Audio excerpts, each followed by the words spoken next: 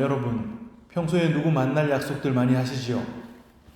인간은 사회적 동물이라고 하잖아요. 그래서 아무 약속 없이 혼자서만 살아가는 사람은 아마 없거나 있다고 해도 정말 드물 것입니다. 대부분의 사람들이 약속 장소를 잡을 때는요, 만나서 할 일을 염두에 두고 장소를 정한다고 하는데 당연히 그렇겠지요. 만나서 영화를 보려고 약속을 잡는데 산꼭대기에서 만난다거나, 만나서 공부를 하려고 약속을 잡는데 야구장 같은 곳에서 만나지는 않을 거 아니겠어요. 또 직업이나 생활 패턴 같은 것도 약속 장소를 정할 때 큰 영향을 미친다고 합니다. 학생들에게는 학교 정문, 학교 후문, 전철을 타고 다니는 사람들의 경우는 무슨 역 몇 번 출구, 또 늘 자가용을 운전하고 다니는 사람들은 아무래도 주차가 편한 어떤 곳이 되겠지요. 이런 식으로 약속 장소를 잡는 게 일반적입니다. 얼마 전 인터넷에서 서울의 인기 약속 장소를 시대별로 조사해 놓은 걸 한번 봤는데요. 1970년대에는 종로 화신백화점 앞, 또 명동 코스모스 백화점 앞, 신촌 독수리 다방이 각각 1, 2, 3위를 했다더군요. 80년대에는 명동과 강남역 그리고 압구정동이 인기 장소로 꼽혔습니다. 그 후로 90년대가 되면 압구정 로데오, 2000년대에는 홍대 앞, 2010년대에는 신사동 가로수길이 가장 핫한 장소였다라고 하더군요. 그리고 요즘은 성수동이 서울의 브루클린이다라고 하면서 가장 많은 인파가 몰리고 있다고 합니다. 특별히 요즘 인기 좋은 장소로 소문이 좀 나려면 SNS 인증샷을 남기기 좋은 어떤 장식이나 개성 있는 인테리어를 반드시 갖춰야 한다더군요. 또 식당 같은 경우에는 맛이 좋아야 하는 건 당연한 것이고, 사진을 찍었을 때 음식이 예쁘게 나오는 집이라야 핫한 집이라고 소문이 난다고 합니다. 그러다 보니까 요즘 그런 곳에서 약속을 잡으시는 분들은 약속의 목적 자체가 그곳에 가기 위함인 경우가 대부분이라고 해요. 단순히 만나서 밥을 먹거나 뭔가를 사야 해서 가는 게 아니라 그곳에 갔다는 것 자체를 목적으로 약속을 잡는다는 것입니다. 어떻습니까, 여러분? 지인분들이 이런 곳에서 인증샷 같은 거 찍은 거 보고서 나도 저곳에 가보고 싶다, 이런 생각 드신 적 혹 있으실까요? 오늘 여러분들과 함께 나누려는 말씀은 예수님의 시체를 찾으려고 무덤에 갔던 여인들이 주님을 만난 이야기, 바로 예수님 부활 직후에 일어난 사건에 대한 말씀입니다. 오늘은 우리 기독교가 부활절로 지키고 있는 부활주일이지요. 아시는 대로 이 부활절은 예수님께서 십자가에 못 박혀 돌아가셨다가 다시 살아나신 것을 기념하고 기뻐하는 절기입니다. 이 부활절은 성탄절처럼 날짜가 정해져 있지 않지요. 그래서 매년 빠르면 3월, 보통 4월의 어떤 일요일을 부활주일로 지키곤 합니다. 그 이유는 부활절이 히브리 달력을 그 6월절을 기준해서 결정이 되기 때문이에요. 히브리 달력으로 1년의 제일 첫 번째 달을 니산월이라고 하는데요. 이 니산월은 태양력을 기준하면 3월 중순에서 하순경에 잡힙니다.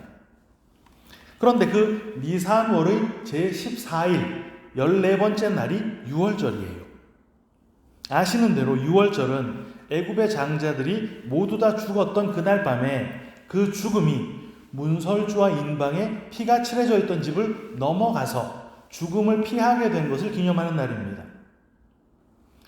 바로 그 6월절을 시작으로 해서 7일 동안이 누룩 없는 떡을 먹는 무교절인 거예요. 그래서 그 무교절 기간인 일주일 동안에는 반드시 한 번의 안식일이 들어가 있습니다.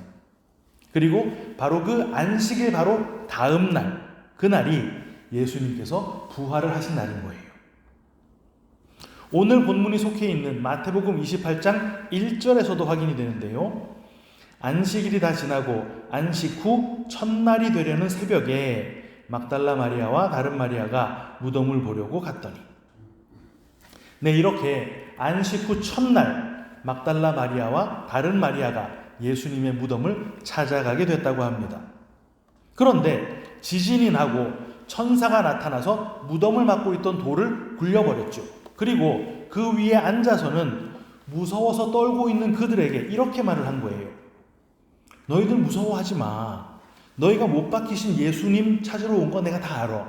그런데 그분 살아나셨어. 그러니까 너희들 빨리 가서 예수님 제자들한테 예수님 살아나셨다고 알려줘. 그리고는 이런 말을 덧붙였습니다. 7절 하반절인데요. 너희보다 먼저 갈릴리로 가시나니 거기서 너희가 배우리라 하라. 보라, 내가 너희에게 일렀느니라 하거늘. 이렇게 천사의 말을 들은 여인들은요, 제자들에게로 달려가기 시작했습니다. 그런데 그 순간 이번에는 예수님이 그 여자들한테 직접 나타나신 거예요. 그리고는 10절 말씀을 해주시는데 제가 다시 한번 읽어드리겠습니다. 이에 예수께서 이르시되 무서워하지 말라. 가서 내 형제들에게 갈릴리로 가라 하라. 거기서 나를 보리라 하시니라.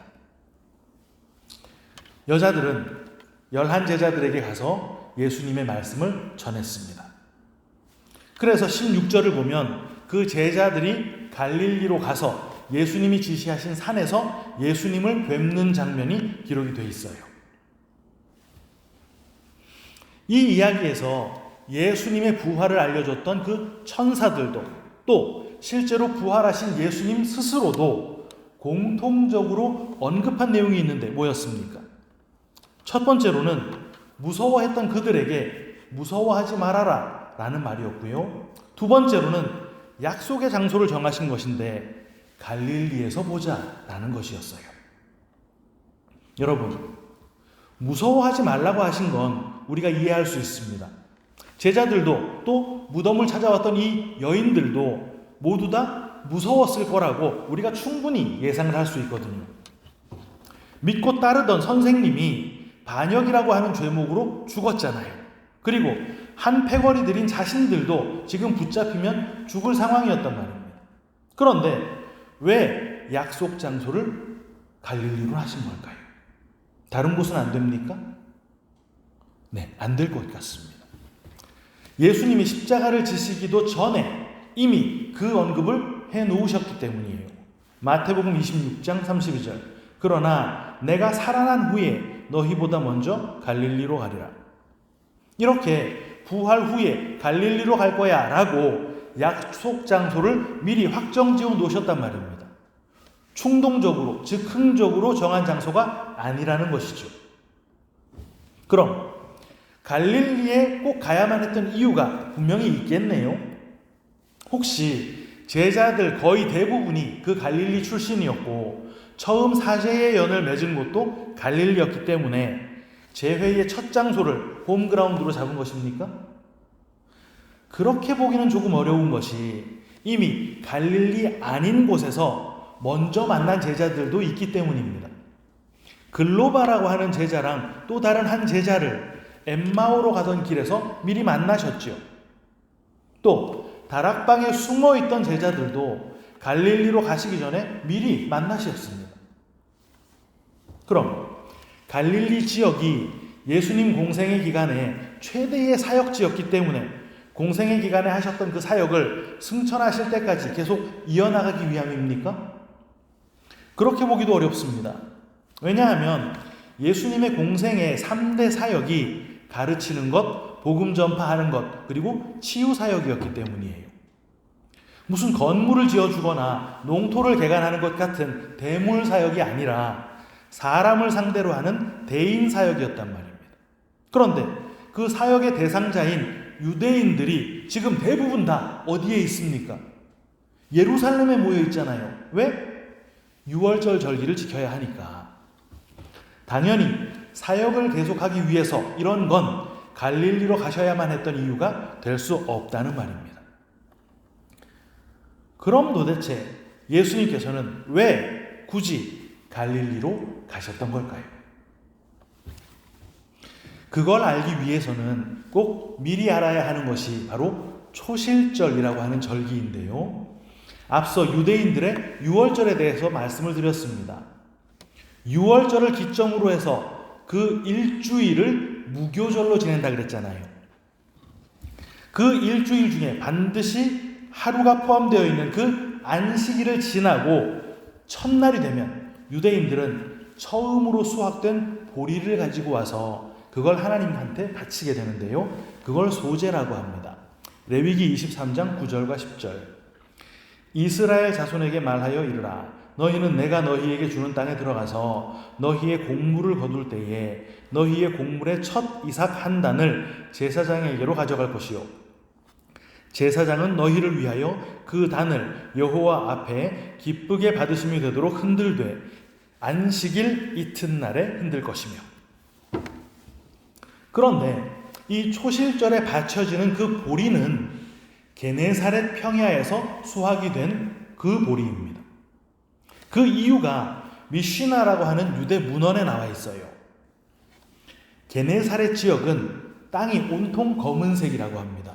왜냐하면 그 지역이 과거에 화산 지역이었는데 화산이 폭발할 때 발생한 그 현무암들이 다 풍화가 되면서 그 지역 토양을 이루었기 때문이라 그래요. 그래서 그 지역의 땅이 다른 지역의 땅보다 햇빛을 더 오래 흡수할 수 있었고 그 흡수한 열기를 더 오랫동안 품고 있을 수 있었기 때문에 이스라엘의 다른 지역들보다 보리가 늘 가장 먼저 익었다고 합니다. 그러니까 게네사렛 땅에서 수확된 그 해의 첫 소산, 그 첫 보리단이 안식 후 첫날, 다른 말로 안식일 다음 날 소제로 바쳐지고 나면 그때부터 전 유대 지역에 추수가 시작이 되는 거예요. 새로 추수한 곡식을 판매하거나 그걸 추수해서 먹는 것도 바로 이 첫 보리단이 하나님께 소제로 드려진 이후라야 한다는 말입니다. 예루살렘의 경우 해발 800m 정도 되는 산간지방이거든요. 그래서 게네사렛 그 평야에 소제가 드려진 이후에 거의 2달 정도가 지나야 비로소 보리의 추수가 가능해진다고 합니다. 그럼 여러분 한번 생각을 해보세요. 유월절은 인방과 문설주에 피가 발려져서 죽음이 그 집을 넘어가는 날이잖아요. 그런데 그날이 예수님께서 십자가에 달려서 그 나무 십자가에 피가 발려졌던 날이기도 합니다. 그래서 우리가 예수님을 유월절의 어린 양이라고 하는 것이죠. 실제로 요한복음에 예수님의 죽음을 여러 차례 반복해서 유월절과 연결을 시켜놨습니다. 두 군데만 보자면요. 요한복음 18장 39절. 유월절이면 내가 너희에게 한 사람을 놓아주는 전례가 있으니 그러면 너희는 내가 유대인의 왕을 너희에게 놓아주기를 원하느냐 하니. 한 군데 더요. 요한복음 19장 14절. 이날은 유월절의 준비일이요 때는 제6시라 빌라도가 유대인들에게 이르되 보라 너희 왕이로다. 그럼 이제 이 유월절 날을 기준으로 해서 일주일간의 무교절이 시작이 되겠지요. 이 무교절은 일주일 동안 누룩을 섞지 않은 밋밋한 떡을 먹는 기간이라 그랬습니다. 아시는 대로 누룩은 성경에서 죄를 상징하는 장치로 등장을 하죠. 예수님께서 바리새인들의 누룩을 조심해라 라고 말씀하신 적도 있습니다. 그러니까 이 말은 인방과 문설주에 그 피를 발라서 죽음을 지나가게 하기 위해서 죽임을 당하신 그 유월절의 어린 양 예수님이 바로 그 누룩이 없는 떡, 다시 말해서 죄 없는 생명의 떡이 되셔서 그 택한 백성들의 양식으로 주어지는 그림이었단 말입니다. 그렇게 죽으신 예수님은 안식일을 무덤에서 보내시고 안식 후 첫날 부활을 하셨단 말이에요. 그런데 그 안식일은 일주일 동안의 무교절에 포함되어 있던 안식일이니까 그 안식일 다음 날 뭐 해야 된다 그랬습니까? 당연히 초실절에 처음 익은 곡식을 하나님께 소제로 드려야 하잖아요. 왜? 안식일 바로 다음 날이 초실절이니까. 그런데 그 초실절의 첫 보리단, 그거 어디서 수확한다 그랬습니까? 게네사렛 평야. 거기가 어딜까요? 거기가 바로 갈릴리입니다. 갈릴리 바다 서쪽 해안이 바로 게네사렛 평야라는 말이에요. 그쪽으로 예수님께서 사역하셨던 전 지역, 가버나움, 고라신, 막달라, 디베랴, 나사렛, 이런 지역들이 다 모여 있습니다. 성경도 갈릴리 바다를 게네사렛 호수라고도 하고 디베랴 호수라고도 하잖아요. 그래서 예수님께서는 부활하신 후에 제자들보다 먼저 갈릴리에 가셨어야 했단 말입니다. 왜요? 거기서 처음 익은 열매로 하나님께 드려지기 위해 서셔야 하거든요. 고린도후서 15장 20절. 그러나 이제 그리스도께서 죽은 자 가운데서 다시 살아나사 잠자는 자들의 첫 열매가 되셨도다. 지금까지 인간들이 나름대로의 노력으로 맺었다고 생각했던 그 모든 첫 열매들이 하나님께서 단 하나라도 받으셨던 적 있으십니까? 한 번도 없었습니다. 첫 번째였던 가인과 그 제물, 하나님이 안 받으셨죠. 기각해버렸습니다. 그 후로도 하나님은 인간들의 첫 것을 하나하나 차례로 다 부정해버리셨어요. 아브라함이 나름대로의 노력으로 맺었던 아브라함의 첫 열매 이스마엘이 하나님에게 부정당하고 장자의 자리에서 밀려나 버립니다. 곧이어 장남이었던 에서도 기각을 당했죠. 그리고 차남인 야곱이 그 자리에 서게 됩니다. 요셉의 두 아들 므낫세와 에브라임이 있었죠. 그런데 그들 역시 장남 므낫세에게 축복이 전달되지 않았습니다. 야곱의 그 축복의 오른손은 차남 에브라임에게 올라갔단 말이에요. 그렇게 하나님께서는 인간의 노력으로 만들어낸 첫 번째 것들, 그 장남들을 모조리 다 기각하신 뒤에 인간으로서는 불가능했던 태들만을 열어서 예수님의 모형들을 출산하시게 되는데요. 무슨 말입니까? 하나님께서 받으실 첫 것을 하나님이 직접 준비하셨다는 말입니다. 이스마엘이 기각당한 뒤에 폐경이 된 그 늙은 사라가 누구 낳았습니까? 자기를 태워 죽일 나무를 지고 산에 올라가는 그 이삭을 낳았잖아요. 그거 뭡니까? 자기 십자가 지고 갈보리산 올라간 예수님의 모형이었단 말입니다. 자식을 낳지 못했던 라헬을 통해서는 형제들에게 팔려간 요셉을 낳게 하셨죠. 결국 나중에 이스라엘이 애굽에서 빠져나올 때 뭐 들고 나왔다 그랬습니까? 그 요셉의 해골 들고 나왔다 그러잖아요. 출애굽기 13장 18절 하반절부터 19절 상반절.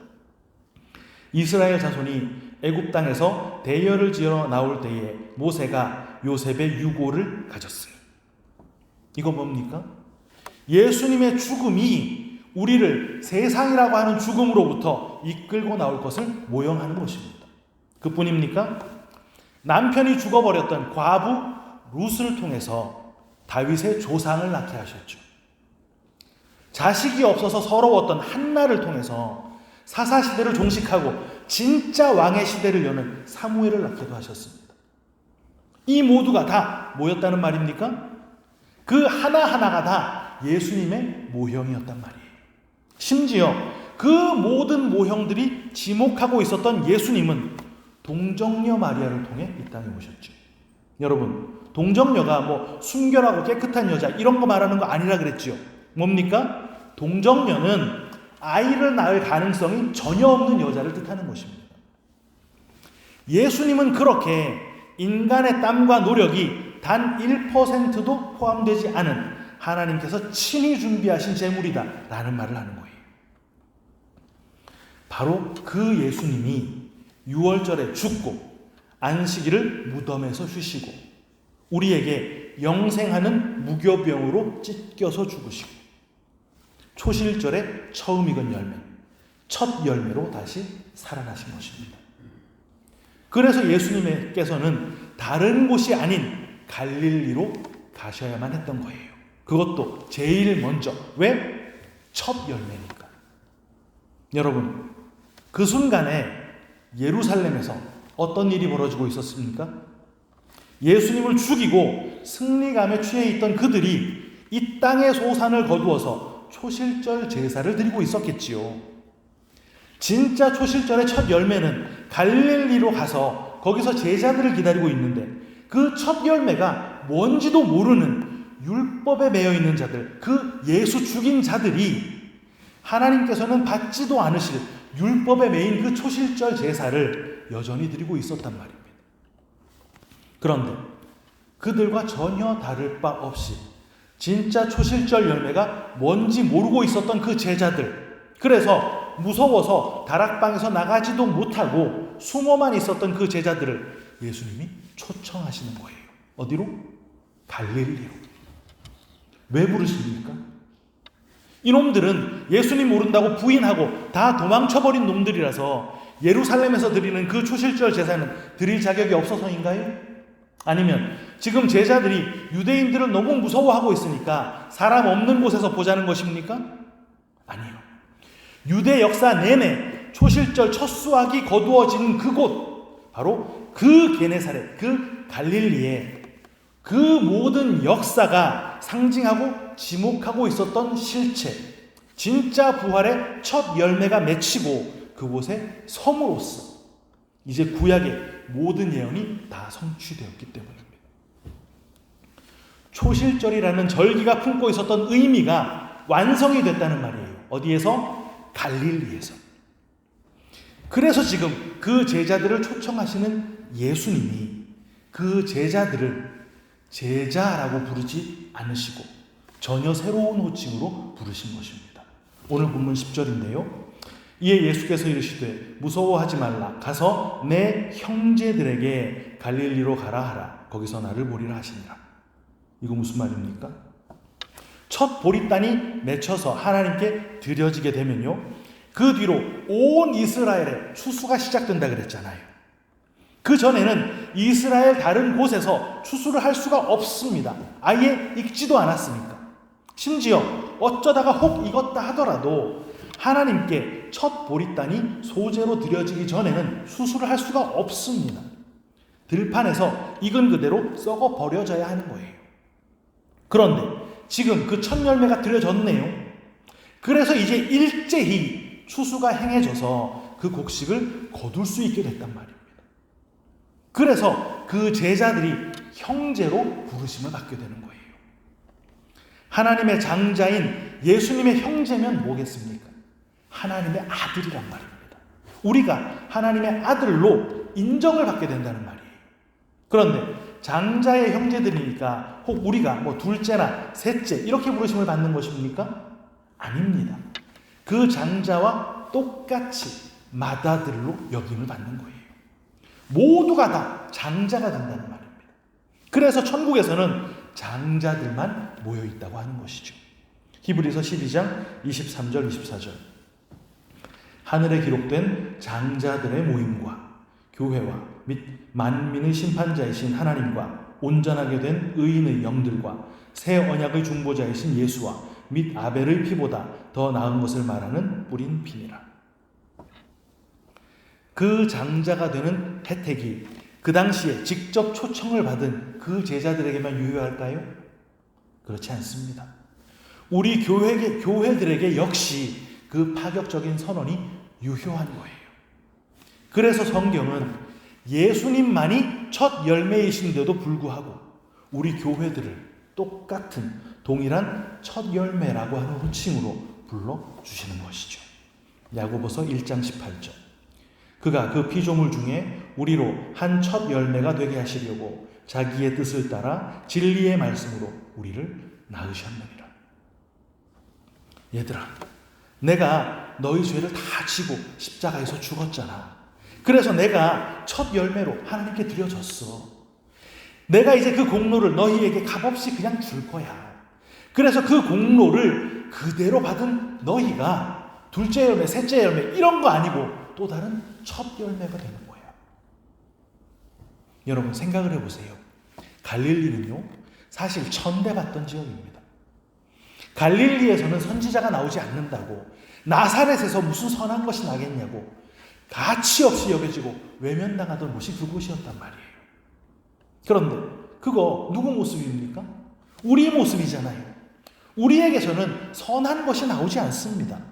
로마서 7장 18절 내 속 곧 내 육신에 선한 것이 거하지 아니하는 줄을 아노니 원함은 내게 있으나 선을 행하는 것은 없노라. 그런 선하지 않은 우리를 살려내시려고 예수님이 나사렛 사람으로 오셨고 나사렛 출신으로 사셨습니다. 원래 예수님은 갈릴리 출신 나사렛 사람이 아니잖아요. 왕의 성 베들레헴 출신입니다. 그런데 선한 것 하나 없는 우리를 살려내시려고 그 천한 갈릴리에서 첫 열매로 일어나신 거예요. 바로 그 주님이 우리들도 역시 바로 그 약속의 장소 갈릴리로 부르십니다. 우리의 천함이 드러나는 곳, 우리의 선한 것이 하나도 없다는 게 고발당하는 그곳, 우리의 모든 죄와 실패가 이미 확정되어 있는 그곳 갈릴리에서 기다리신단 말이에요. 왜? 거기서 우리 죄 막 하나하나 다 까발리시면서 야, 너 참 뻔뻔하다. 용서를 해주는 것도 뭐 한두 번이지. 어쩌면 이렇게까지 더러울 수 있니? 이렇게 정죄하려고 부르십니까? 그 죄인 된 선한 것 하나 없는 그 자리에서 맞아 죽어야 하는 우리 대신 나 예수가 그 자리에서 죽었으니까 나와 함께 그 자리에서 다시 살아서 함께 첫 열매 되자고 부르시는 것입니다. 사랑하는 반석교회 성도 여러분, 갈릴리로 초청을 받았던 그 제자들처럼 우리 인생의 갈릴리로 초청을 받은 우리 교회가 바로 하나님께서 받으실 첫 열매이고 장자들의 모임인 것입니다. 우리의 첫 열매이신 예수님이 부활승천하셔서 이미 하나님께 드려지셨거든요. 우리는요, 그거 하나면 됩니다. 이 땅에서 다른 기쁨, 다른 행복 이런 거 챙길 게 없단 말이에요. 어차피 하나님이 주시지 않으시는 건 하나님 보실 때 나에게 필요하지 않은 것이고 사명에 따라 필요하다면 하나님께서 알아서 챙겨주실 테니까. 바로 이 부활절에 저 천국의 장자들의 모임에 대한 소망이 우리 안에 믿음으로 새겨져서 그 믿음 붙들고 기쁨으로 성도의 길 걸어가는 예수님의 참된 형제들 모두 다 되시기를 주님의 이름으로 축원합니다.